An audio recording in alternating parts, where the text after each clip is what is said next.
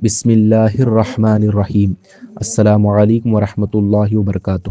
آج ہم آپ کو ایک عظیم ولی، علم کے سلطان اور اہل بیت کے چھٹے امام حضرت امام جعفر صادق رضی اللہ تعالیٰ عنہ کا ایک ایسا واقعہ سنانے جا رہے ہیں جو سن کر انسان کا یقین اور ایمان دونوں تازہ ہو جاتا ہے۔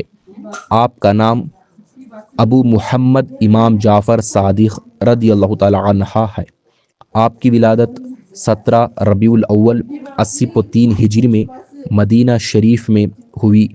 آپ کے والد کا نام حضرت محمد امام باقر بن امام زین العابدین رضی اللہ تعالیٰ عنہ ہے، اور آپ کی والدہ کا نام حضرت ام فرحہ فاطمہ بنت حضرت قاسم بن محمد بن ابو بکر صدیق رضی اللہ تعالیٰ عنہ ہے۔ آپ نے اپنے دادا حضرت امام زین العابدین رضی اللہ تعالیٰ عنہ اور اپنے والد حضرت امام باقر رضی اللہ تعالیٰ عنہ کے پاس قرآن اور تفسیر کی تعلیم حاصل کی، اور فقہ یعنی اسلام، جوریشپریڈنس، فلسفہ، فلسفی، علم کلام، تھیولوجی، علم ریاضی، میتھمیٹکس، علم حیات و فلک، آسٹرونومی، علم تشریح، اینٹونومی، علم کیمیا، عقیلمی اور دوسرے علوم میں ماہر ہوئے۔ آپ مسجد نبوی میں لوگوں کو علم دین کی تعلیم دیتے تھے۔ آپ نے تجارت، وراثت اور زکوٰۃ اور دوسرے کافی مسائل حل فرمائے۔ آپ سلسلہ عالیہ قادریہ کے چھٹے امام ہیں۔ آپ کے مشہور خلیفہ خواجہ بایزید بستامی علیہ رحمۃ الرضوان ہے، اور آپ کے شاگردوں میں حضرت امام اعظم ابو حنیفہ، امام مالک، حضرت سفیان ثوری، حضرت جابر ابن حیان، حضرت قاضی سقنی اور حضرت قاضی عبد البختاری رضی اللہ تعالیٰ عنہ مشہور ہے۔ آپ کی شان اتنی اعلیٰ ہے کہ انہیں ملت مصطفائی کا سلطان، حجت نبوی کا برہان، صدق و تحقیق کے عالم، اولیاء کے دلوں کا مرکز، جگر گوشے علی اور وارث نبی کہا جاتا ہے۔ حضرت امام جعفر رضی اللہ تعالیٰ عنہ کے القاب صادق، ٹروتھفل، فاضل، ورچیس، طاہر، پیور ہے۔ 114 ہجری میں آپ کے والد کے انتقال کے بعد آپ امام بنے، تب آپ کی عمر پاک 30 سال تھی۔ آپ ائمہ اہل بیت کے چھٹے امام ہیں۔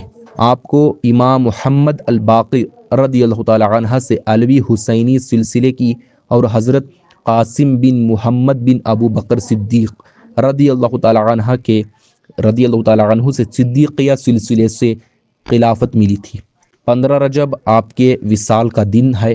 اس دن اور ماہ رجب میں جو خیر اور کنڈے کی نیاز کی جاتی ہے اور فاتحہ دلایا جاتا ہے، وہ آپ سے منسوب ہے اور یہ بالکل جائز ہے۔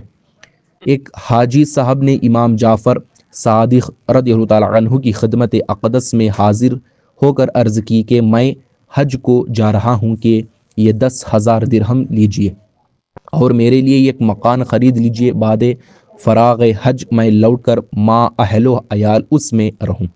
امام جعفر صادق رضی اللہ تعالیٰ عنہ نے یہ تمام رقم راہ خدا میں خرچ فرما دی۔ جب حاجی صاحب لوٹے اور حاضر خدمت ہوئے تو فرمایا، حاجی صاحب میں آپ کے لیے جنت میں مکان خرید لیا ہے، جو ایک سمت حضور صلی اللہ تعالی وسلم کے کاشان اقدس سے ملتا ہے، دوسری سمت سے مولائے کائنات شیر خدا رضی اللہ تعالیٰ عنہ کے شبستان مولائے سے ملتا ہے، اور تیسری طرف سے امام حسن رضی اللہ تعالیٰ عنہ کے مقدس قصر سے، اور چوتھی جانب سے امام حسین رضی اللہ تعالیٰ عنہ کے محل انور سے۔ یہ لو اس کا باعث نامہ۔ حاجی صاحب نے باعث نامہ کا کاغذ لیا اور گھر چلے گئے۔